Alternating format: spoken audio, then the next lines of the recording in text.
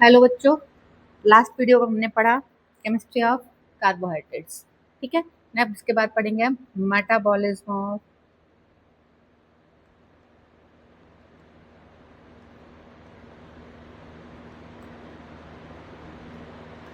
Carbohydrates. ठीक है, तो यहाँ पर देखो बेटा, सबसे इम्पोर्टेंट बात, जो भी चीज़ हम खाते हैं, ठीक है, हम रोटी खाएं, चावल खाएं, दही खाएं, चीनी खाएं, फ्रूट्स खाएं, कुछ भी हम खा रहे हैं, जो भी हम कार्बोहाइड्रेट खा रहे हैं, ठीक है, वो हमारे इंटेस्टाइनल ट्रैक्ट में पहुंचेगा। इंटेस्टाइनल ट्रैक्ट में पहुंचने के बाद वो कन्वर्ट होगा किसमें? ग्लूकोज में। किसमें कन्वर्ट हो जाएगा? ग्लूकोज में। कोई सा भी कार्बोहाइड्रेट हम खाएं, ठीक है, यदि हम स्टार्च खाते हैं जो किसमें है? रोटी या चावल में है। फ्रूट्स लेते हैं तो फ्रूट्स में डायरेक्टली क्या है? ग्लूकोज और फ्रुक्टोज है। ठीक है, तीसरा हम शुगर खाते हैं, शुगर बोले तो चीनी खाते हैं जो है ना, उसको हम क्या बोल रहे हैं? सुक्रोज खाते हैं। ये तीनों चीजें, ये कुछ भी हम खाएंगे, ये हमारे जीआईटी ट्रैक्ट में, गैस्ट्रोइंटेस्टाइनल ट्रैक्ट में कन्वर्ट होगा किसमें? ग्लूकोज में। कार्बोहाइड्रेट कभी भी स्टार्च, फ्रूट जूसेस या फ्रुक्टोज या सुक्रोज के फॉर्म में एब्जॉर्ब नहीं होता।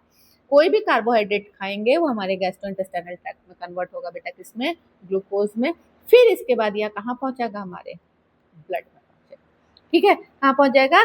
ब्लड में पहुंचेगा। अब ब्लड में हमारे ग्लूकोज पहुंचा, ठीक है, ब्लड में आ गया, क्या आ गया? ग्लूकोज आ गया। अब नॉर्मल ब्लड में जो ग्लूकोज का लेवल होता है वो कितना होता है? 120 मिलीग्राम पर डेसी लीटर।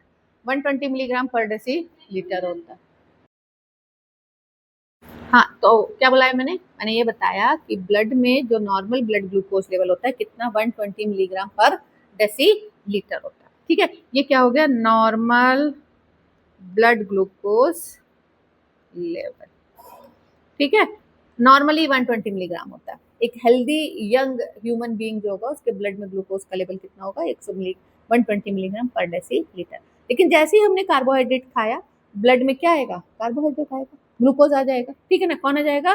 ग्लूकोज आएगा। हमने रोटी चावल खाए, चीनी खाए या दूध पिया, कुछ भी किया, ब्लड में क्या आएगा? ग्लूकोज आएगा।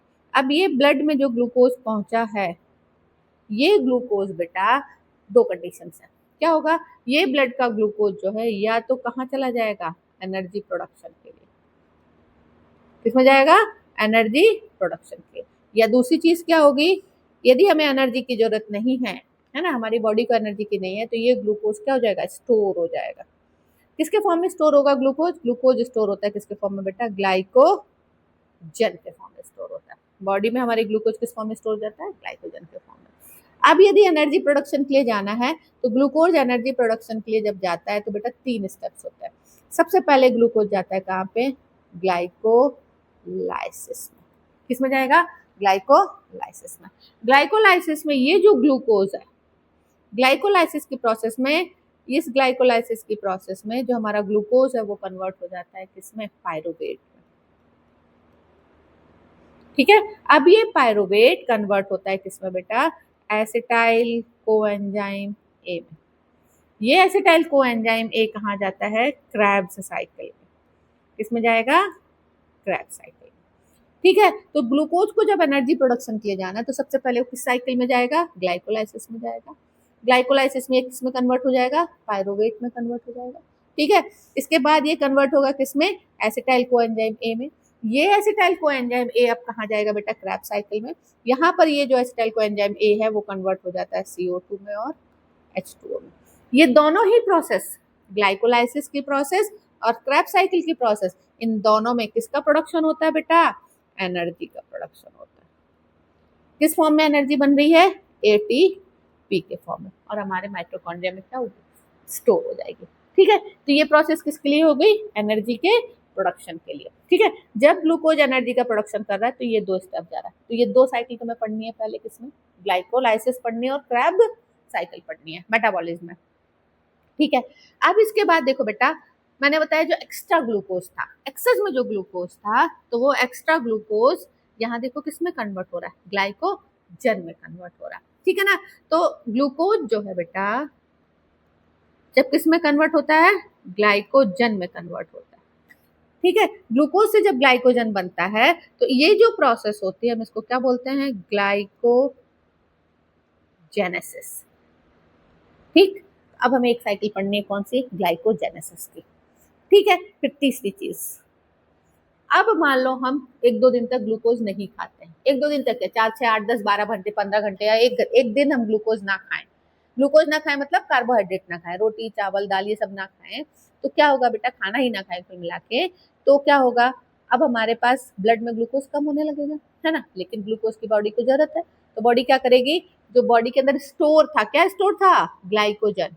ये जो ग्लाइकोजन हमारी बॉडी में स्टोर था, बॉडी क्या करती है? उस ग्लाइकोजन से क्या बनाती है? ग्लूकोज बनाती है। ठीक है, तो जब ग्लाइकोजन किसमें कन्वर्ट होता है बेटा? ग्लूकोज में कन्वर्ट होता है। ठीक है, जब ग्लाइकोजन ग्लूकोज में कन्वर्ट होता है तो उस प्रोसेस को हम क्या बोलते हैं? ग्लाइकोजिनोलाइसिस। क्या बोलते हैं? ग्लाइकोजिनोलाइसिस। लाइसिस मतलब टूटना, किसका टूटना? ग्लाइकोजन का टूटना। तो जब ग्लाइकोजन टूट रहा है और क्या बना रहा है? ग्लूकोज बना रहा है, तो उसको हम क्या बोलते हैं? ग्लाइकोजिनोलाइसिस। समझ में आई बात? ठीक, तो एक प्रोसेस हुई ग्लाइकोजेनेसिस। जेनेसिस मतलब बनना, किसका बनना? ग्लाइकोजन का बनना। तो जब ग्लूकोज से ग्लाइकोजन बनता है तो ग्लाइकोजेनेसिस, जब ग्लाइकोजन टूट के ग्लूकोज बनाता है तो ग्लाइकोजिनोलाइसिस। ठीक, ये 2 साइकिल हमें पढ़नी है। फिर इसके बाद next third step. Third step क्या हो रहा है बेटा? अब क्या है? अब ग्लाइकोजन भी खत्म हो गया, है ना? मैंने बोला जब हमने एक दिन खाना नहीं खाया तो हमारी बॉडी का ग्लूकोज खत्म हो गया, ब्लड में ग्लूकोज लेवल घटा, तो बॉडी क्या करती है? ग्लाइकोजन को ग्लूकोज में कन्वर्ट कर देती है। ग्लाइकोजन स्टोर होता है लिवर में और मसल। ठीक है, अब लिवर और मसल में जितना भी ग्लाइकोजन था वो खत्म हो गया। मान लो हमने एक दिन और खाना नहीं खाया तो लिवर का और मसल्स का ग्लाइकोजन क्या हो जाएगा? खत्म हो जाएगा। अब हमें क्या चाहिए? अब हमें फिर ग्लूकोज चाहिए। ठीक है ना? अब जब हमें फिर ग्लूकोज चाहिए तो अब ग्लूकोज कहाँ से आएगा? अब ग्लूकोज जो है नॉन कार्बोहाइड्रेट सोर्स से आएगा। नॉन कार्बोहाइड्रेट सोर्स क्या हो गए? प्रोटीन्स हो गए, फैट हो गए, उनसे ग्लूकोज जब बनेगा, ठीक है ना? तो उस प्रोसेस को क्या कहते हैं? ग्लूकोनियोजेनेसिस। तो एक नई प्रोसेस होती है जिसको बोलते हैं क्या? ग्लूकोनियोजेनेसिस। ठीक है, तो जब नॉन कार्बोहाइड्रेट सोर्स से ग्लूकोज बने, नॉन कार्बोहाइड्रेट सोर्स, ठीक है, नॉन कार्बोहाइड्रेट सोर्स कौन कौन से हो गए? प्रोटीन। ठीक है, प्रोटीन बोले तो क्या हो गया? Amino acids. ठीक है, डायरेक्टली प्रोटीन नहीं बनता, एमिनो कार्बोहाइड्रेट प्रोटीन से, या फिर किससे बने? फैट या लिपिड जिसको कहते हैं, उससे जब क्या बने? ग्लूकोज बने। उससे जब ग्लूकोज बने तो उसको क्या बोलते हैं?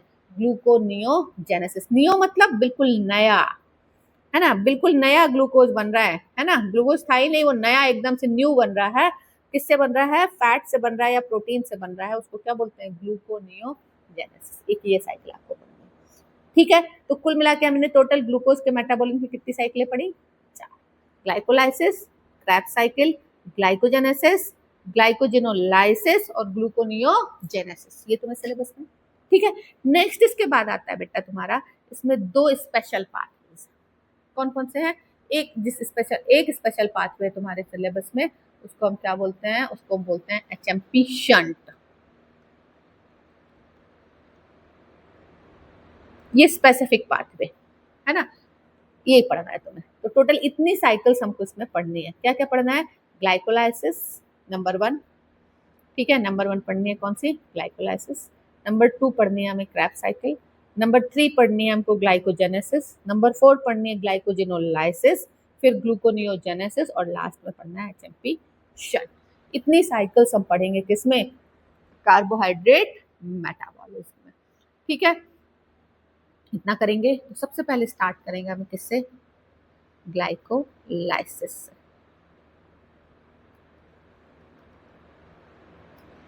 ग्लाइकोलाइसिस से स्टार्ट करते हैं। ठीक है, अब ग्लाइकोलाइसिस जो है ना बेटा, इसको हम और क्या बोलते हैं? देखो तुम्हारा जो सिलेबस है ना बेटा, तुम्हारे सिलेबस में जो है 3 चीजें क्या क्या है? सबसे पहली बात तो है साइकिल है, ठीक है। फिर उसके बाद उसकी क्या पढ़नी है हमें? एनर्जेटिक्स पढ़नी है। एनर्जेटिक मतलब कितनी एनर्जी लग रही है, कितनी एनर्जी का प्रोडक्शन हो रहा है, ठीक है। फिर तीसरी चीज हमें जो उसमें पढ़नी है वो पढ़नी है उसकी इंपॉर्टेंस, बायोलॉजिकल इंपॉर्टेंस। कोई भी साइकिल हो रही है तो क्यों हो रही है, ठीक है, क्या फायदा है इसको करने का, क्यों हो रही है ये साइकिल। ठीक है, तो ये 3 चीजें हमें पढ़नी है। तो सबसे पहले बात करेंगे हम किसकी, ग्लाइकोलाइसिस। ग्लाइकोलाइसिस को हम क्या बोलते हैं, और इसको हम बोलते हैं एम्बेडेन मेयरहॉफ पाथवे।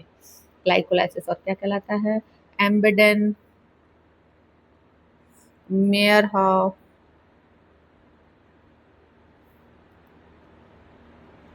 पाथवे। ठीक है, ग्लाइकोलाइसिस को बोलते हैं एम्बेडेन मेयरहॉफ पाथवे। ठीक है, अब ये जो है ना बेटा, anaerobic phase of the glucose metabolism, ये क्या होती है, एनारोबिक होती है। एनारोबिक मतलब, एनारोबिक मतलब इसमें ऑक्सीजन की जरूरत नहीं होती है। तो anaerobic phase of glucose metabolism. ठीक है, तो यदि पूछता है व्हाट इज एम्बेडेड मेयरहॉफ पाथवे, यही लिखना है। ग्लाइकोलाइसिस पूछता है तो भी यही लिखना है। What is the anaerobic phase of glucose metabolism, तो भी हमें क्या लिखना है, यही लिखना है। ठीक है, तो अब एक और कभी कभी कॉम्पिटिटिव एग्जाम में क्वेश्चन बनता है कि ग्लाइकोलाइसिस के एंजाइम्स जो है वो कहाँ होते हैं, वो होते हैं किसमें बेटा, एक्स्ट्रा माइट्रोकॉन्ड्रियल होते हैं, माइट्रोकॉन्ड्रिया से बाहर पाए जाते हैं। ठीक है, तो कहाँ होगा, साइटोप्लाज्म में होगा। ठीक है ना, तो इसके जो एंजाइम्स हैं, enzymes are extra mitochondrial।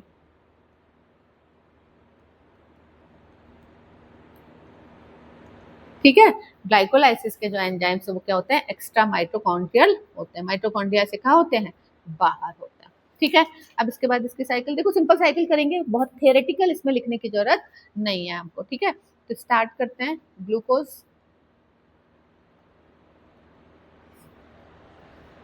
Glucose convert हो जाता है किसमें बेटा, ग्लूकोज 6 फॉस्फेट में।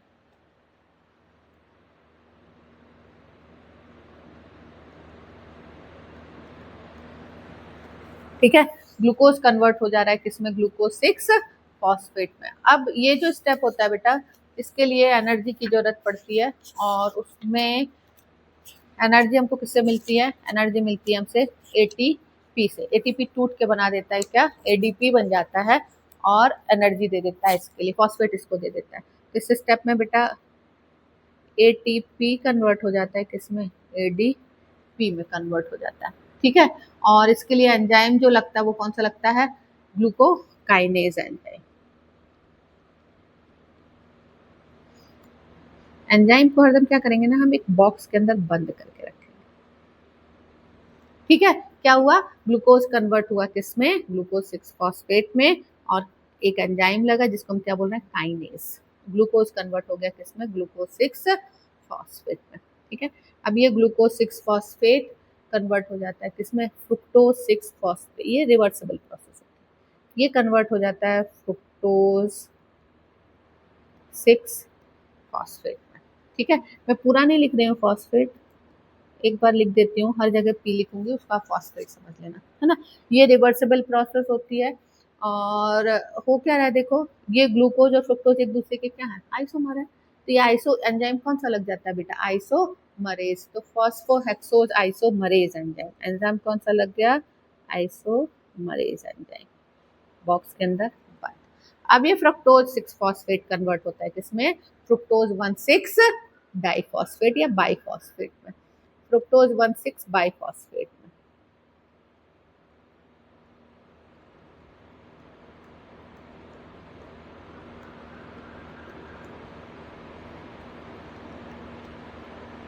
ठीक है, फ्रक्टोज 1,6 बाइफॉस्फेट। अब देखो फिर एक फॉस्फेट आ गया, अब ये फॉस्फेट कहाँ से मिलेगा हमको, एटीपी कन्वर्ट होगा किसमें, एडीपी में।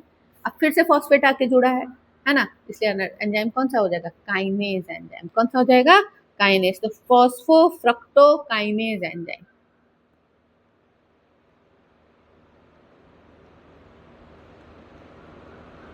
देखो पूरा नाम याद रहता है अच्छी बात है, लेकिन काइनेज हमें याद रखना है। नहीं लिख सकते पूरा तो कोई बात नहीं, काइनेज भी एंजाइम लिखोगे तो सफिशिएंट है। ठीक है, तो कौन सा एंजाइम हो गया, फॉस्फोफ्रक्टोकाइनेज एंजाइम हो गया। ठीक है, अब ये फॉस्फोफ्रक्टोज काइनेज एंजाइम के प्रेजेंस में क्या बन गया, फ्रक्टोज 1,6 डाइफॉस्फेट। अब ये क्या होता है ना, ये फ्रक्टोज 1,6 बाइफॉस्फेट दो हिस्सों में टूट जाता है। ध्यान दो बेटा, कितने कार्बन होते हैं फ्रक्टोज में? 6 कार्बन का मॉलिक्यूल है, ठीक है। अब ये 6 कार्बन का मॉलिक्यूल 2 हिस्सों में टूट जाता है। एंजाइम कौन सा लगता है यहाँ पे? एंजाइम लगता है एल्डोलेज, ठीक है। एल्डोलेज एंजाइम के प्रेजेंस में, ये एंजाइम कौन सा है? एल्डोलेज।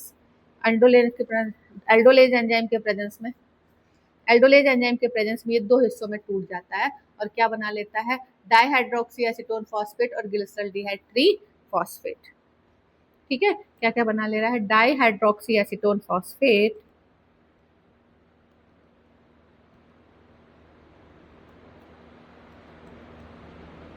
और क्या बनाता है? ग्लिसरॉल्डिहाइड 3 फॉस्फेट,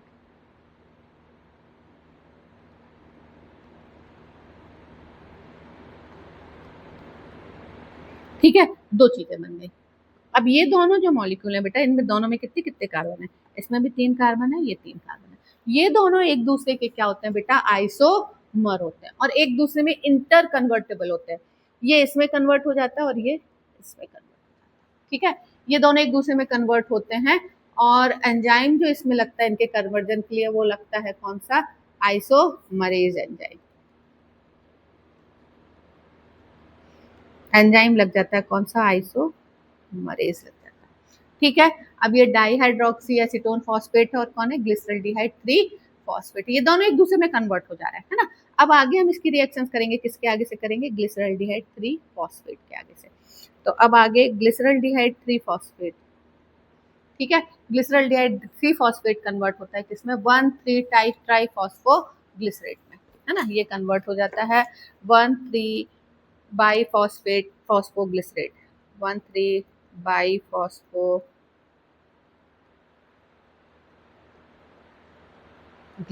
में, 1,3 बाई फॉस्फोग्लिसरेट में कन्वर्ट हो जाता है। एंजाइम इसमें जो लगता है वो लगता है कौन सा? डिहाइड्रोजिनेज,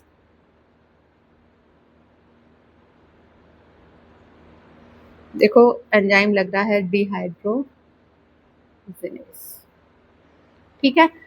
कहीं कहीं पढ़ोगे ग्लिसरॉल्डिहाइड 3 फॉस्फेट डिहाइड्रोजिनेज, इतना करने की जरूरत नहीं, हम सिर्फ याद रखेंगे क्या? डिहाइड्रोजिनेज। डिहाइड्रोजिनेज मतलब हाइड्रोजन मॉलिक्यूल निकल रहा है, ठीक है। अब जब कोई चीज निकलेगी तो कोई ना कोई उसको क्या करेगा? एक्सेप्ट करेगा। कौन एक्सेप्ट करता है बेटा? NAD। NAD जो है वो उसको एक्सेप्ट कर लेता है और क्या बना देता है? NADH,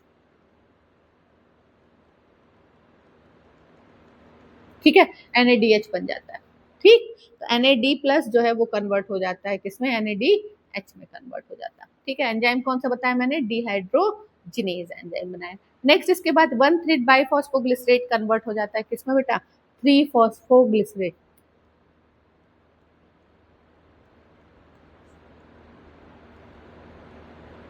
3 फॉस्फोग्लिसरेट में कन्वर्ट हो रहा है। अब ध्यान तो देखो, इसमें 2 फॉस्फेट थे, इसमें कितना? एक फॉस्फेट निकला। जब एक फॉस्फेट निकल रहा तो कोई ना कोई उसको क्या करेगा? एक्सेप्ट करेगा। कौन एक्सेप्ट कर रहा है? ADP। ADP कन्वर्ट हो जा रहा है किसमें? ATP में। ADP क्या होता है? Adenosine diphosphate. ATP क्या होता है? Adenosine triphosphate. तो 2 फॉस्फेट से कितने हो गए? 3 फॉस्फेट आ गया। फिर से वही बात, ये जो रिएक्शन है, सॉरी इसके ऊपर वाली रिएक्शन भी और ये भी, दोनों क्या है? रिवर्सिबल रिएक्शन है। ये इसमें कन्वर्ट हो सकता है, ये इसमें कन्वर्ट हो सकता है, ठीक है। ये नेक्स्ट रिएक्शन भी कौन सी है? Reversible reaction. 3 फॉस्फोग्लिसरेट बन गया। एंजाइम कौन सा हो जाएगा बेटा? फिर से वही, काइनेज एंजाइम।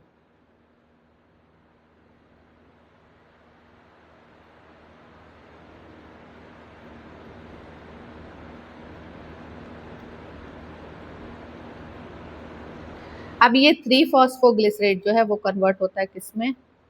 2 फॉस्फोग्लिसरेट में।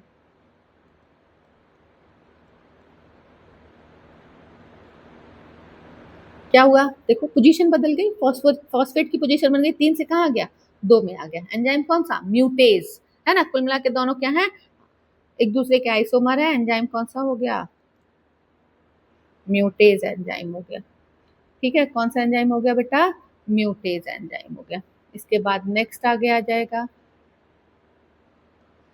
एंजाइम हो गया हमारा म्यूटेज काइनेज, ठीक है। इसके बाद नेक्स्ट स्टेप में 2 फॉस्फोग्लिसरेट जो है वो कन्वर्ट हो जाता है किसमें बेटा? फॉस्फोइनॉल पायरुवेट में।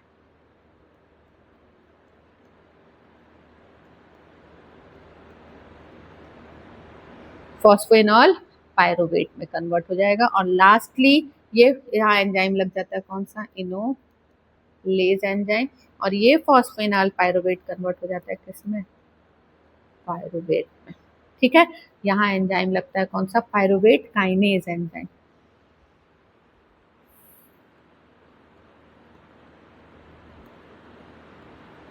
यहाँ पे भी फॉस्फेनॉल पायरुवेट कन्वर्ट होना है फॉस्फेट में, तो ये फॉस्फो कहाँ चला गया, किसके पास चला जाएगा, ADP के पास, और कौन बना देगा, ATP बना देगा। क्या बना देगा, ATP बना देगा। ठीक है, अब ये पूरी साइकिल हो गई। इसमें क्या हुआ बेटा, इस पूरी साइकिल में हम देख रहे हैं कि ग्लूकोज कन्वर्ट हुआ किसमें, पायरुवेट में। अब ये जो पायरुवेट है इसमें कितने कार्बन है, 3 कार्बन है। ठीक है, कितने कार्बन है, 3 कार्बन है। ग्लूकोज में कितने थे, 6 कार्बन थे। ठीक है, तो ये जो यहाँ से प्रोसेस होती है वो कितनी बार होती है, 2 बार होती है ना। ये 2 बार प्रोसेस हो रही है, कौन सी, नीचे वाली है। तो यहाँ पर हम देखेंगे किसकी बात करेंगे, एनर्जेटिक्स की बात करेंगे। यहाँ कितनी एनर्जी का प्रोडक्शन हो रहा है वो हम एक एक करके देखेंगे, है ना। तो यहाँ देखो बेटा, कहाँ से देखते हैं हम, शुरू से देखते हैं। ठीक है, स्टार्टिंग से देखते हैं। तो देखो कितने कितने मॉलिक्यूल ग्लूकोज के क्या हो रहे हैं, कंज्यूम हो रहे हैं। फर्स्ट स्टेप में देखना कितने ग्लूकोज के मॉलिक्यूल कंज्यूम हो रहे हैं। तो सबसे पहला एक मॉलिक्यूल ग्लूकोज का कंज्यूम हो गया, यहाँ पर यूज हुआ जब ग्लूकोज कन्वर्ट हुआ किसमें, ग्लूकोज 6 फॉस्फेट में। ठीक है, फिर दूसरा जब फ्रक्टोज 6 फॉस्फेट कन्वर्ट हुआ फ्रक्टोज 1,6 फॉस्फेट में, या एक और मॉलिक्यूल ग्लूकोज का कंज्यूम हो गया। तो टोटल कितने यूज हो गए, 2 ग्लूकोज के मॉलिक्यूल क्या हो गए, यूज हो गए। ठीक है, लेकिन जब प्रोडक्शन की बात करेंगे, देखो बेटा यहाँ पर देखो क्या हुआ है, एनर्जी निकल रही है, NAD, एक NADH का मॉलिक्यूल 3 ATP बनाता है। ठीक है, तो इससे कितने ATP मिल जाएंगे, 3 ATP। ठीक है, लेकिन ये प्रोसेस एक तो ग्लिसरॉल्डिहाइड से हुई, फिर ये डाइहाइड्रोक्सी ग्लिसरॉल्डिहाइड में कन्वर्ट हुआ, तो फिर टोटल कितनी बार होगी ये प्रोसेस, 2 बार। तो 3 × 2, तो टोटल कितने हो गए, 6 ATP। यहाँ कितने ATP का फॉर्मेशन हुआ, 6 ATP का फॉर्मेशन हुआ। अब यहाँ पे कितने ATP मिल गए हमको, 2 ATP मिले कि नहीं मिले, 2 ATP। क्यों, क्योंकि प्रोसेस कितनी बार हो रही है, 2 बार हो रही है। ठीक है ना, प्रोसेस कितनी बार हो रही है, 2 बार हो रही है। तो यहाँ कितने मिल गए, 2 ATP मिल गया। ठीक है, इसके बाद लास्ट में यहाँ देखो बेटा, जब फॉस्फेनॉल पायरुवेट में कन्वर्ट हो रहा है, यहाँ पे भी हमको मिल जाएंगे कितने, 2 ATP। ठीक है, तो यहाँ पे भी हमको टोटल मिले कितने, 2 ATP। तो टोटल कितने ATP बने, 6 + 2 + 2 8। टोटल ATP का प्रॉफिट कितना हुआ, 8 ATP हमारे पास मिल गए। ठीक है, सॉरी 6 2 2 4 4 8 10 ATP बने। टोटल प्रोडक्शन कितने ATP का हुआ, टोटल प्रोड्यूस्ड ACP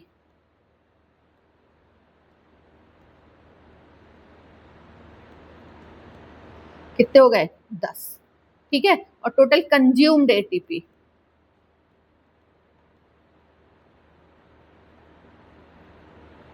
कितने कंज्यूम हो रहे हैं, 2। तो नेट प्रॉफिट कितने ATP का हुआ, 8 ATP का। कितने ATP का हुआ, 8 ATP। हमको ग्लूकोज का एक मॉलिक्यूल नेट ATP हमको कितने देता है, साइकिल में 8 ATP का प्रोडक्शन होता है। ठीक है, तो ATP या एनर्जेटिक्स एक्चुअली तुम्हें इसमें लिखनी होती है, तो स्पेसिफिकली मेंशन होके आता है, राइट डाउन द एनर्जेटिक्स। क्या लिखना है हमको, एनर्जेटिक्स लिखनी होती है। ठीक है, तो एनर्जेटिक्स में फर्स्ट स्टेप में हम क्या लिखेंगे, मॉलिक्यूल्स ऑफ ATP कंज्यूम्स,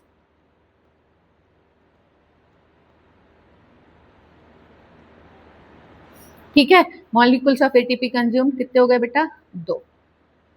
दूसरा मॉलिक्यूल्स ऑफ ATP सिंथेसाइज्ड,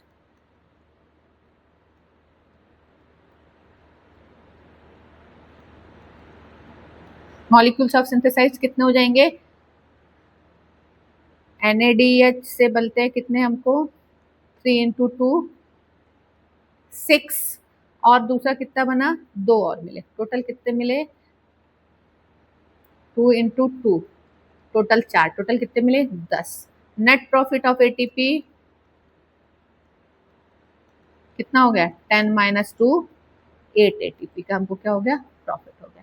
इसी तरीके से हमको लिखना है, तो ये क्या हो जाएगी, इसके अंदर एनर्जेटिक्स हो जाएगी। ठीक, तो ये हमने क्या किया है, मेटाबॉलिज्म ऑफ ग्लूकोज में सबसे पहली साइकिल की है कौन सी, ग्लाइकोलाइसिस। इसके बाद नेक्स्ट हम करेंगे क्या बेटा, क्रेब्स साइकिल। तो उसको नेक्स्ट वीडियो में करेंगे। Thank you.